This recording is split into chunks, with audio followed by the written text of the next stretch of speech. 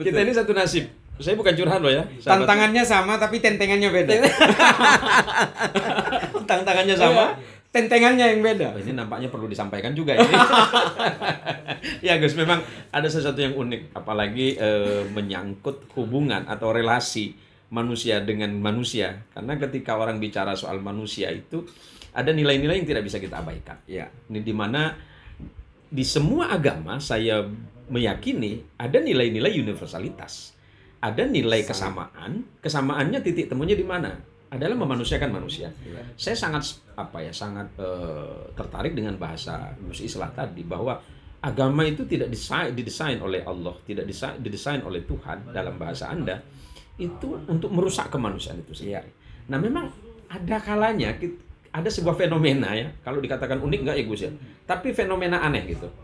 Ada teman-teman selalu mengatakan, mari kita kembali kepada Islam, mari kita kembali kepada Quran, mari kita kembali kepada hadis.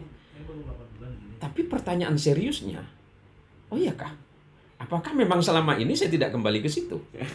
Apakah Gus Islah tidak berada di posisi itu?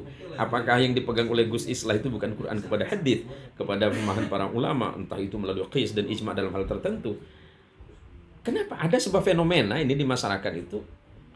Kok ketika dia semakin solih, tapi kita dalam pandangan mereka kita salah gitu. Mereka solih kok kita dilihat salah gitu Gus. Apa sebenarnya yang terjadi itu Gus? Ada satu hal yang sebenarnya menjadi fenomena itu. Di dalam berislam, orang memaksakan diri untuk bahwa hanya dirinya yang paling orisinil dan paling otentik dengan ajaran Nabi. Nah, ini adalah konsep yang salah menurut saya. Kalau memang betul-betul merasa otentik, merasa paling orisinil, maka seharusnya kita itu semakin memanusiakan manusia itu. Karena kalau kita melihat konsepnya bagaimana Nabi memimpin Madinah itu kan jelas sekali bahwa Nabi menganggap bahwa semua manusia, apapun agamanya, apapun sukunya, semua manusia diciptakan oleh Tuhan yang sama. Nah, ini yang tidak pernah kita pungkiri, sehingga ketika manusia ini merasa makin soleh, dia akan terserang suatu penyakit yang luar biasa. Penyakit itu merasa paling. Oh gitu Gus ya? Iya. Kayak kita paling ganteng gitu. Iya.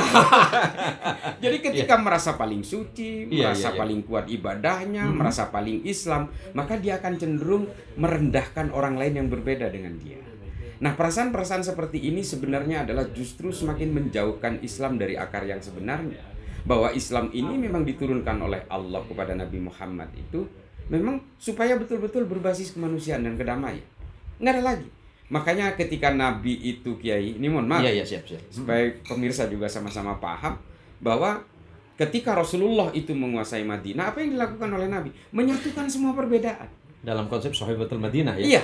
Ada piagam Madinah ya? Betul. Yang pendatang dan pribumi didamaikan jadi kaum muhajirin, kaum ansor, suku Aus dan suku Hasrat yang bermusuhan disatukan. Betul. Orang-orang Yahudi dan Nasrani di Madinah yang bermusuhan juga didamaikan dan dibungkus dengan satu kesepakatan bersama yang bernama Piagam Madinah. Ini kan dalam rangka Nabi menghargai hak dan kewajiban semua orang itu sebagai sama dalam satu warga negara.